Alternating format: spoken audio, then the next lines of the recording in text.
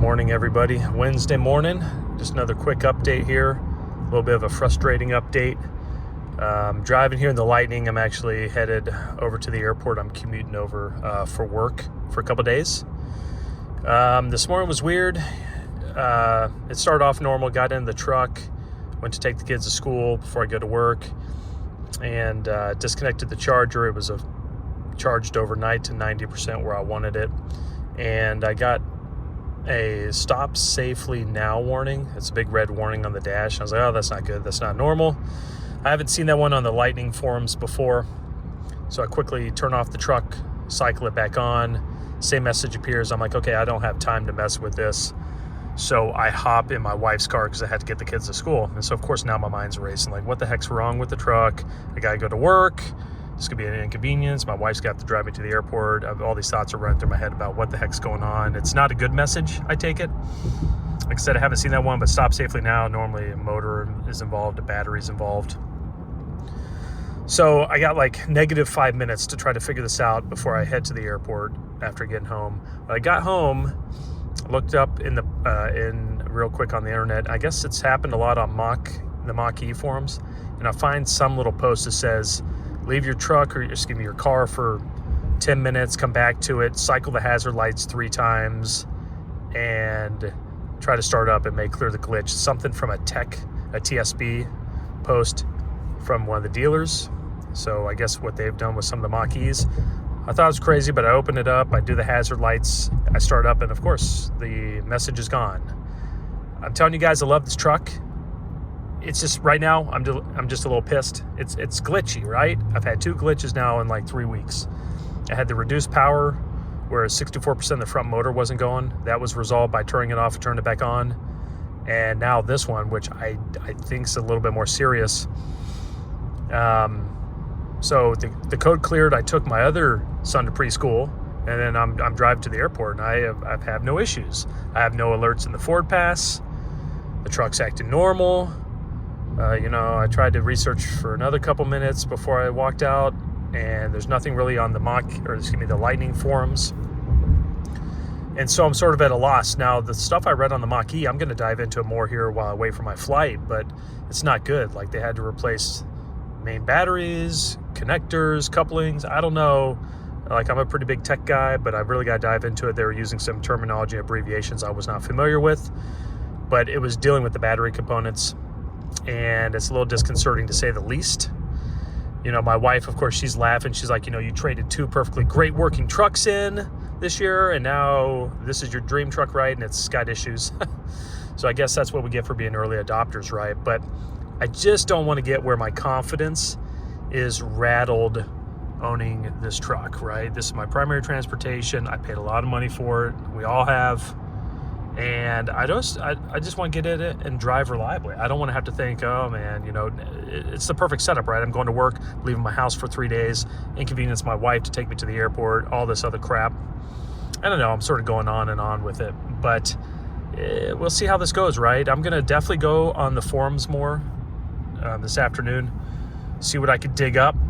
I noticed when you put posts on the Lightning forums, someone from Ford will chime in, like, send us your VIN number. So I'm hoping maybe that occurs and I can just give them my VIN and maybe they can remote diagnostic check out the truck, see what's going on. But I don't know, guys. But it's funny. So now I'm driving to the airport, everything's cleared, and I'm like, I love this truck. I just love how it drives, but I just want a reliable vehicle. I think a lot of us do. Especially for the money you pay for these things.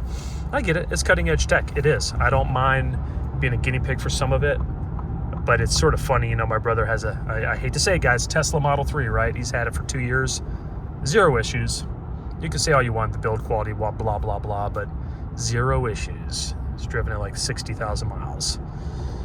And he was sort of making fun of me the other day. He loves my truck, but he was laughing. He's like, 2 glitches already, and I know this is cutting edge tech, right? So there's going to be things that go wrong, but I just don't want to have one of these main component failures, like a battery failure or anything else. Now, I'll leave you with this real quick. I don't know if it's connected, but oddly enough, I had my modem was not updating yesterday. So you see that a lot in the Ford Pass app, not updating with the truck info. So it was totally giving info from like 10 hours ago.